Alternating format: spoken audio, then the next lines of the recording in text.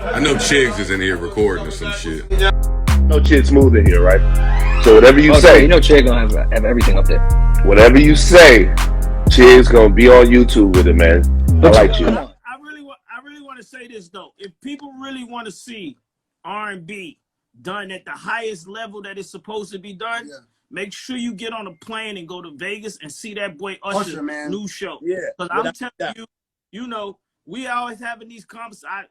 I don't have these conversations, but everybody, you know, it ain't really about a king of R&B and all of this type of shit. It's just higher level R&B. We trying to get to a higher level of R&B. Usher might be the highest level of R&B that we have right now, as far as I'm concerned. And it's not just because I write and produce the songs with him. I'm just saying, when you see somebody perform at the level that he's performing and the singing that he's doing, I seen people saying that even in the chat earlier about Usher's Tiny Desk, right?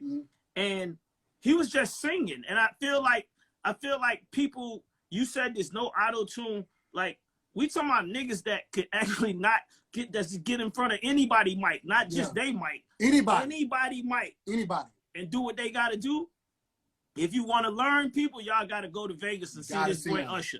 Like it's at a whole nother place. And Usher Raymond is the only solo male black R&B artist that's about to go double diamond. Double diamond. We're about to be at 20 million. Congratulations to Usher. Congratulations to you, Jermaine. That means you're about to go double diamond. You about to do double diamond, baby. Hey, everybody, whenever I joke with Jermaine, y'all don't know Jermaine is like one of my best friends. You know, Jermaine and Dallas Austin, when I got fired back in the days, they took me under the wing, let me come out to, you know, Atlanta, LA, and Babyface. And I had always, you know, and still do look up to Jermaine. I remember when I was a kid looking at videos, I was seeing like Jermaine was on tour, you know, at 5 years old. He was on tour. I was like, man, be that little kid. I wish I could be that little kid right there. And just a lot of times, you know, on these things, people don't know people's relationships, you know what I'm saying? And this, to me, is definitely, you know, one of the greatest producers ever in the world, and definitely somebody that, you know, appreciate it.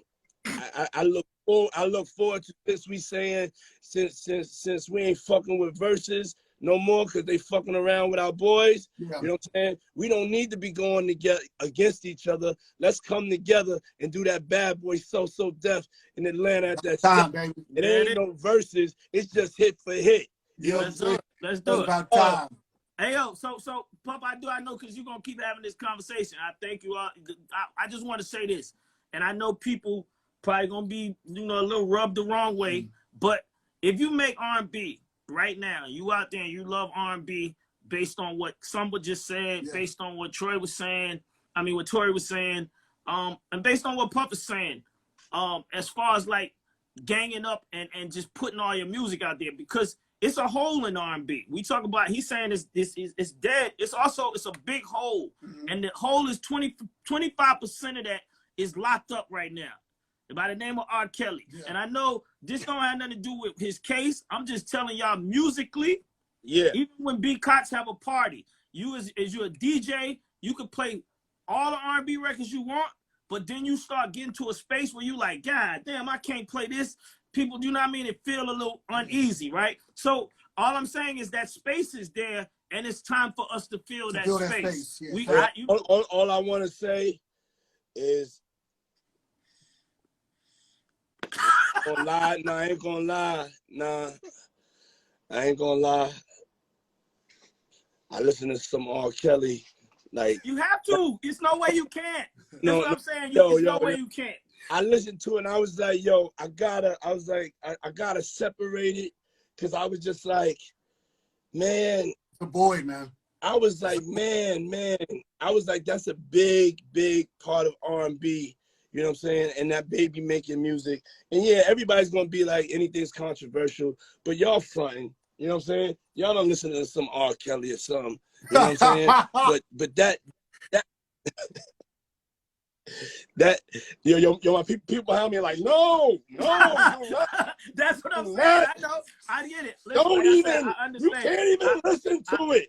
I understand. I know how to separate the two. I don't condone anything, but hey, I'm still, you may come in my crib and hear R. Kelly record. Hey, I said it, y'all. I said it. I'm sorry, but I gotta tell you the truth, though. You know what I'm saying? And I don't condone nothing else. It's still like, no, what are you doing? Nah, it's all. Listen, every time we have a conversation, it's like that. But I thank you for letting us come on here and say what we gotta say. But it's a real R&B is about musicality and you saying emotions. I saw you saying that yesterday about what it really pull out, right? And I just want to say this before we get off. We have the most emotional record, R&B record out right now with Division, and it's making girls pull their hair out. It's making guys scared to even sing the song. But then you can't help it because you be in the club because the choir part, niggas be singing along with it. Yeah, and I just want to say that the song does not actually promote cheating. It's just a conversation, right? And if you sitting there having a conversation with your girl, and if she's your girl, your real girl, or just your partner, you should be able to have a conversation with her where you say, if this was to happen, how would you feel about it, right? And it's just really just a conversation, but women are taking it how they want to take it. But at the same time, that's what R&B is supposed to do. It's supposed to provoke you to do something and feel. It's evoking an energy, and that's what I keep hearing you talk about and seeing you post. Yeah. That's all we doing. It's not even about being toxic. I don't think it's about that. I think it's about just being, just evoking emotion so that you can understand the separation between all musics, right? That's what R&B has always done. Mm-hmm. If you think I'm lonely now, wait until tonight. You know what I mean? Like, niggas was talking that talk. You feel me? Hey, yo, JD, I do want y'all to answer this question. Why do you think there's a lack of bridges, ad-libs, you know what I'm saying, vamp outs on, because Tory didn't, as you said, Tory didn't really get into the, you know what I'm saying, to the exact thing I was asking. You know what I'm saying? And shout out to Tory for coming. Can't wait to see you at the camp, kid. Well, we was just talking about this. A bridge in a record, right, is usually done when you in the room and you feel like you've maxed out with where you could go, right? But you feel like the song ain't over.